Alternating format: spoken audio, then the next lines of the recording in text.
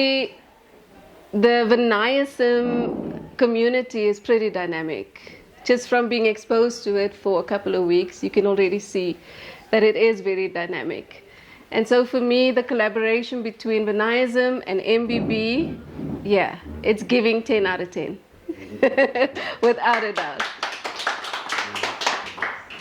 So entrepreneurship is often described as a roller coaster. I'm sure you guys know this, right? And you can go from glorious highs to devastating lows. And on some days, you actually experience that roller coaster even before 10 a.m.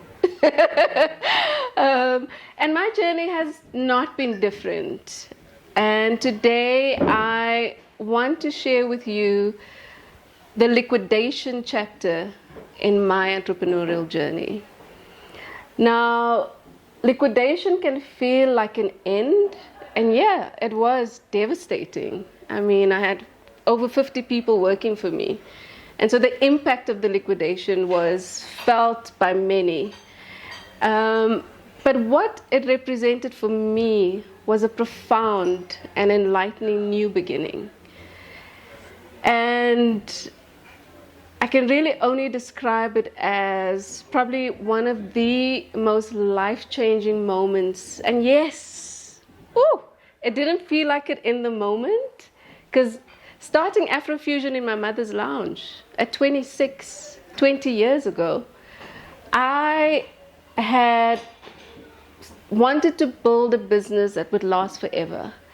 So I didn't even think about a plan B. I didn't think about what was going to be after AfroFusion, because it just didn't factor in. I was putting in the time, as we all do. I was wearing all the hats. I was working hard, and AfroFusion had become my life.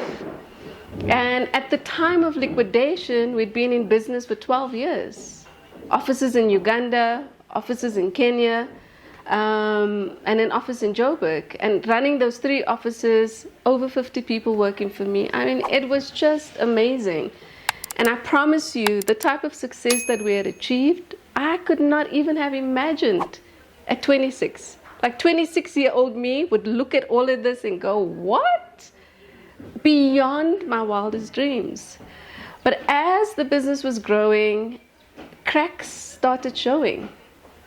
Challenges mounted, financial pressure, market shifts, and the biggest one, operational missteps.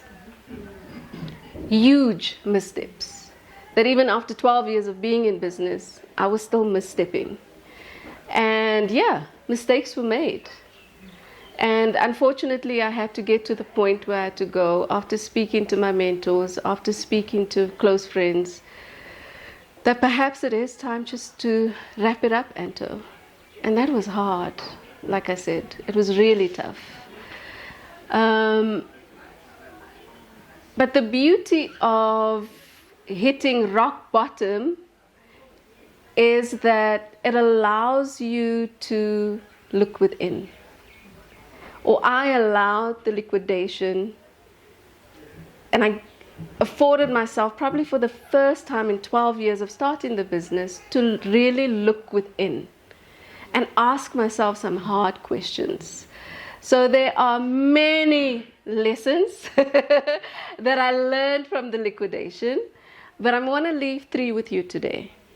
And the first lesson is that letting go creates space for new.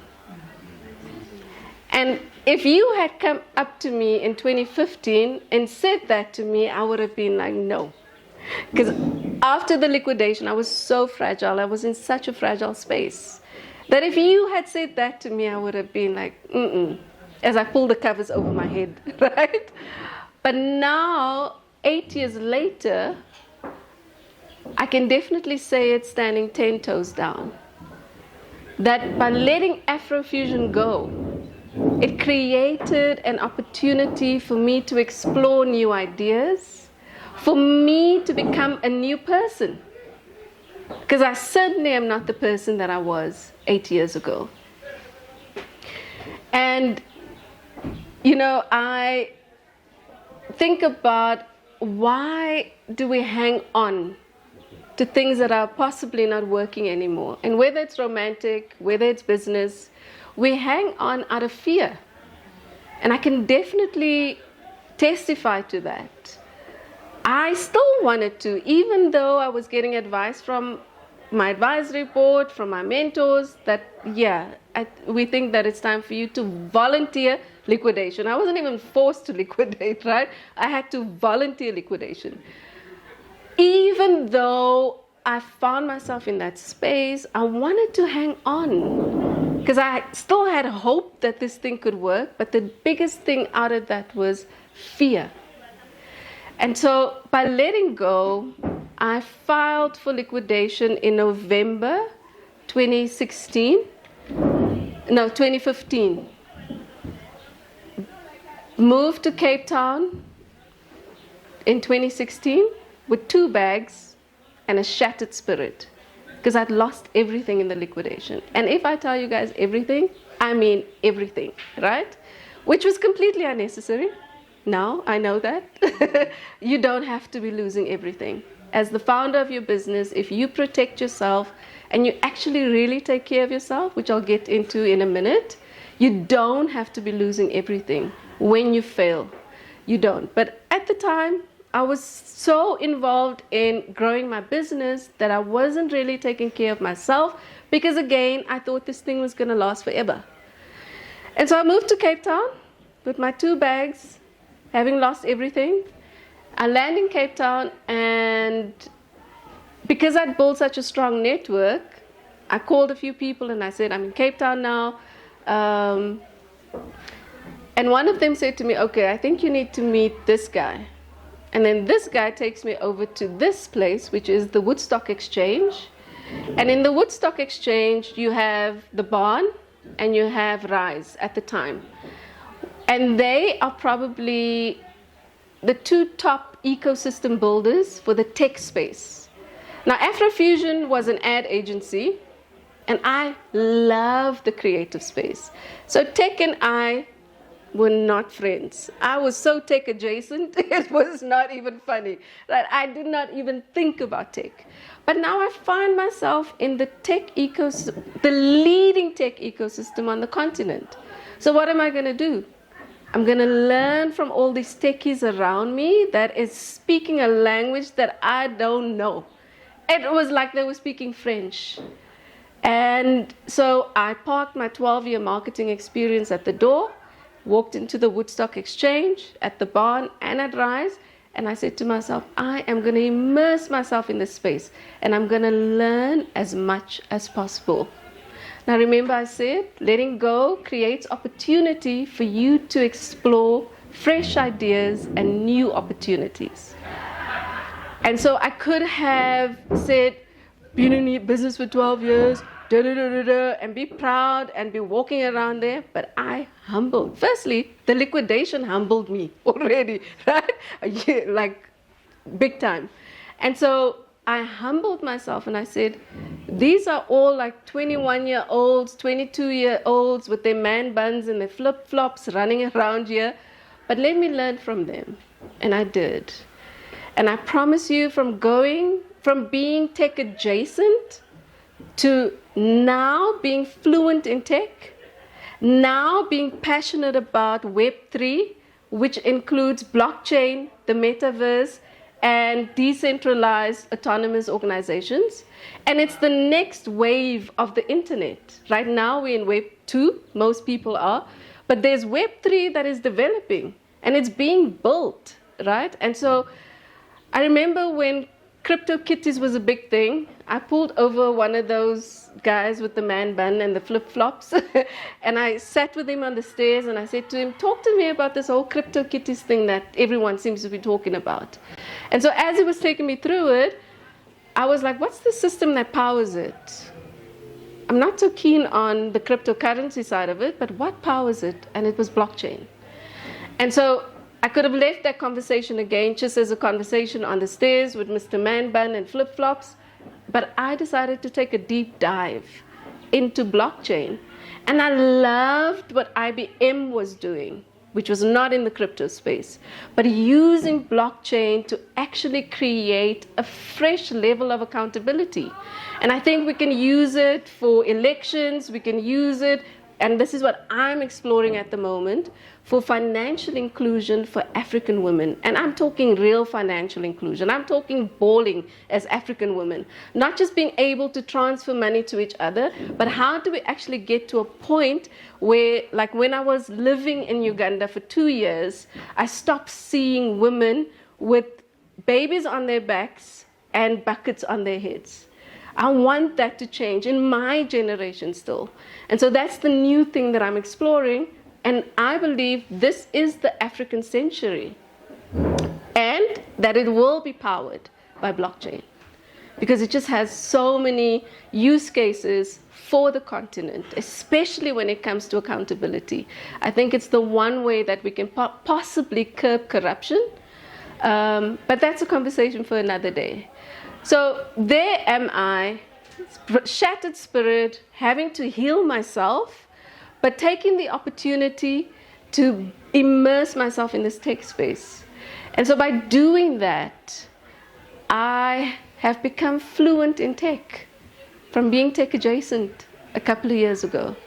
And so letting go, if you allow it to, can be a catalyst for new.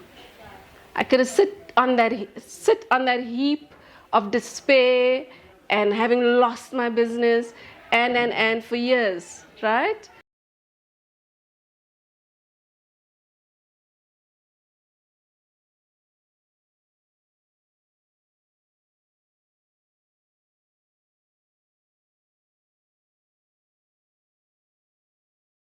I go, whoa, this is definitely not the journey that we had planned. It's not the journey that we anticipated, but it's certainly the journey that I've embraced and that I love.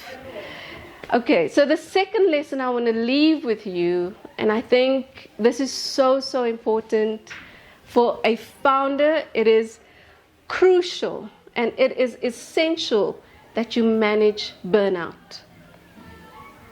So I've taken several deep dives into my soul to obviously understand what went wrong with AfroFusion, because ultimately it's on me. And I'm fully responsible for whatever went wrong in that business. And I'll touch on that a little bit later. But as I took one of those several deep dives into my soul, I realized that at the tail end of AfroFusion, I was burned out, completely burned out, because I wasn't taking care of myself. I was taking care of the business. And yes, we were succeeding. And yes, it was an incredible journey that blew my mind, but I, Anto, was not taking care of myself. And the one thing I want to encourage you guys today to do, because I've seen this with other founders as well. The past 8 years, I've been journeying closely with female founders, and I've seen this way too many times.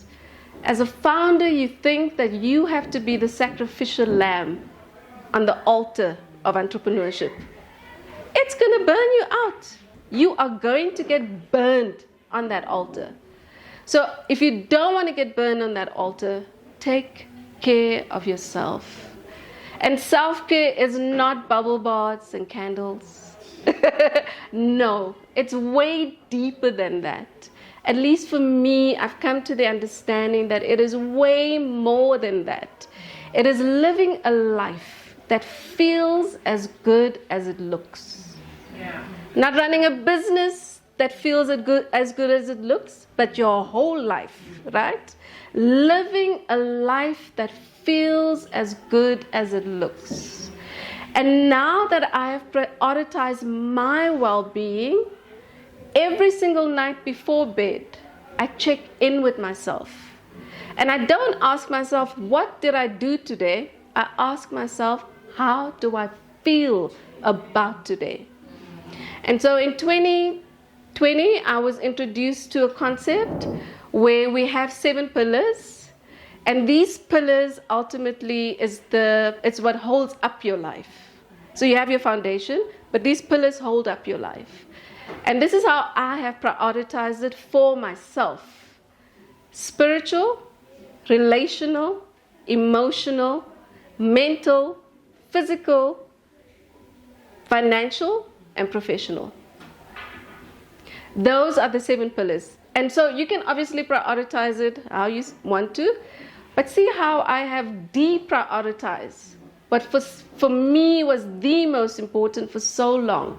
Professional and financial drove my life for a long time, but I've deprioritized it because my spiritual relationship with God is super important to me.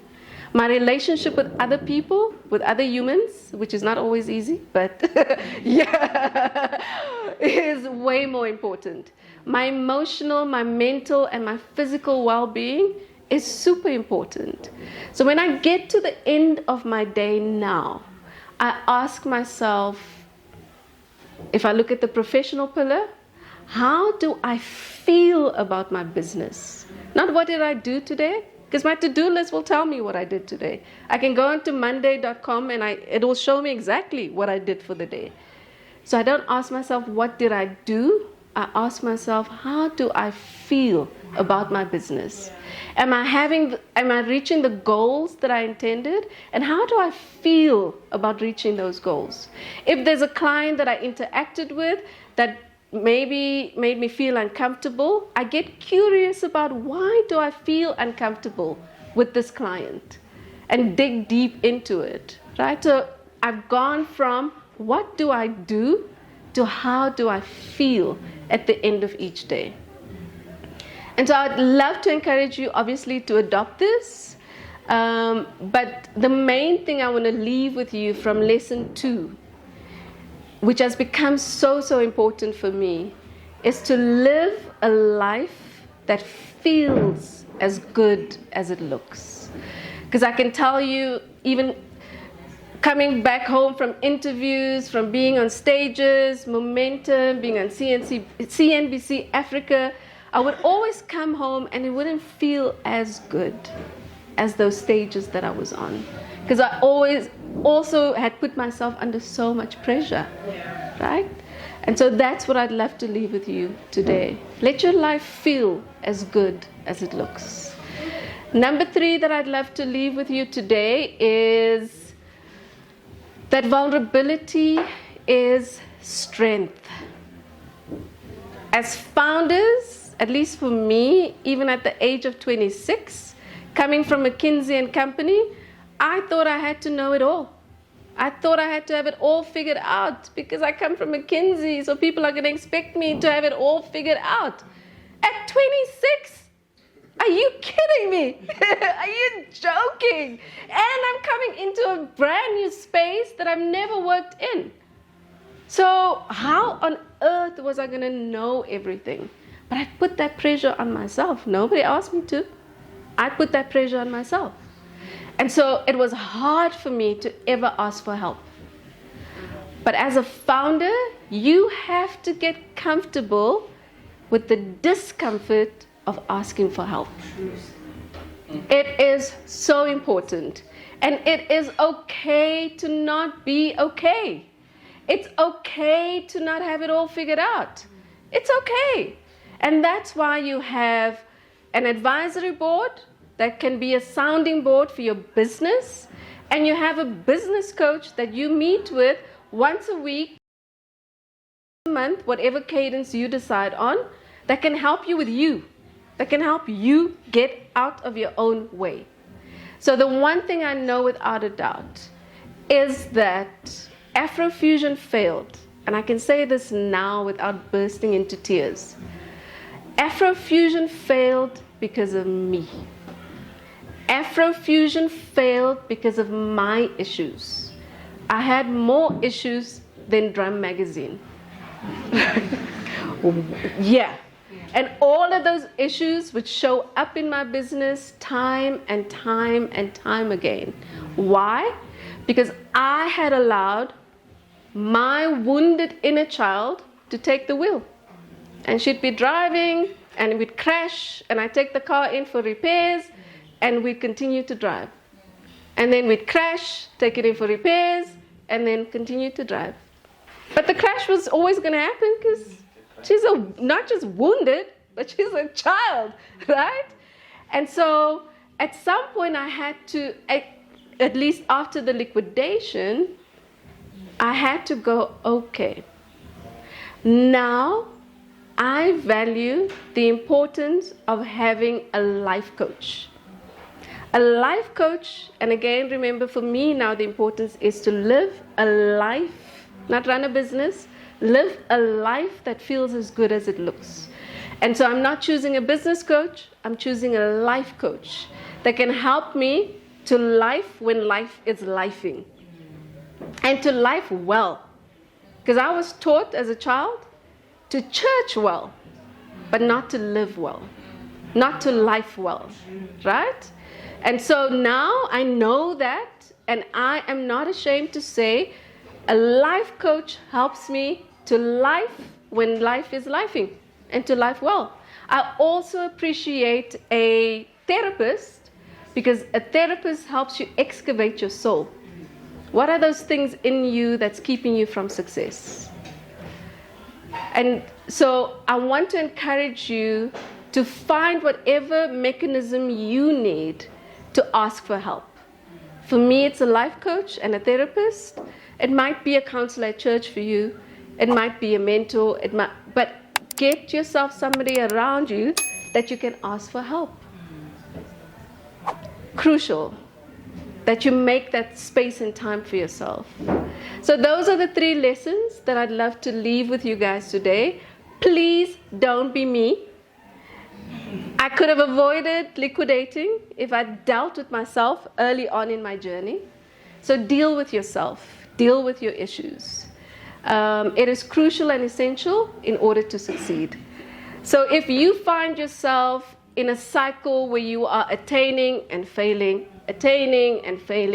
crashing, repairing the car, crashing, repairing the car. If you find yourself in that cycle, it's probably indicative that you need to get yourself a life coach or a therapist or somebody that's going to help you. Because that cycle is unhealthy. And eventually you will crash so bad that the car's a write-off. Like AfroFusion, right? So, and you don't want that. So I'm hoping that you guys will learn from my liquidation story today that there are ways to avoid it, but that there's also life beyond it.